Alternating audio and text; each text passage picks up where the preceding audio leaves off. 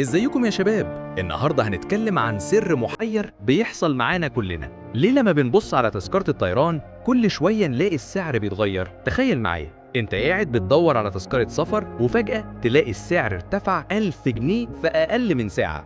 الموضوع ده مش صدفة ولا حد بيلعب بأعصابنا، ده نظام ذكي جدا شركات الطيران بتستخدمه. خليني اشرح لك. شركات الطيران عندها خوارزميات متطورة بتحلل كل حاجة في نفس اللحظة، بتحلل كام واحد بيحجز دلوقتي، كام مقعد صادر، والناس بتدور على انهي تواريخ.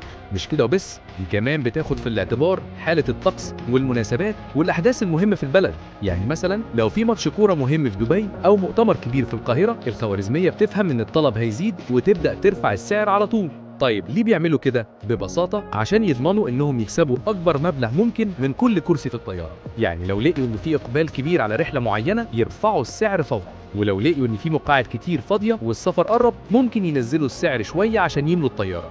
النصيحة الذهبية، لما تيجي تحجز تذكرة حاول تحجز من بدري، وخليك مرن في مواعيد سفرك لو ممكن، وطبعا ما تنساش تقارن الاسعار بين شركات مختلفة.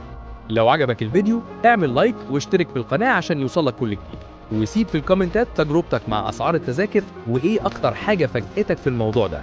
ونلتقي في سناك جديدة من Learn Snacks.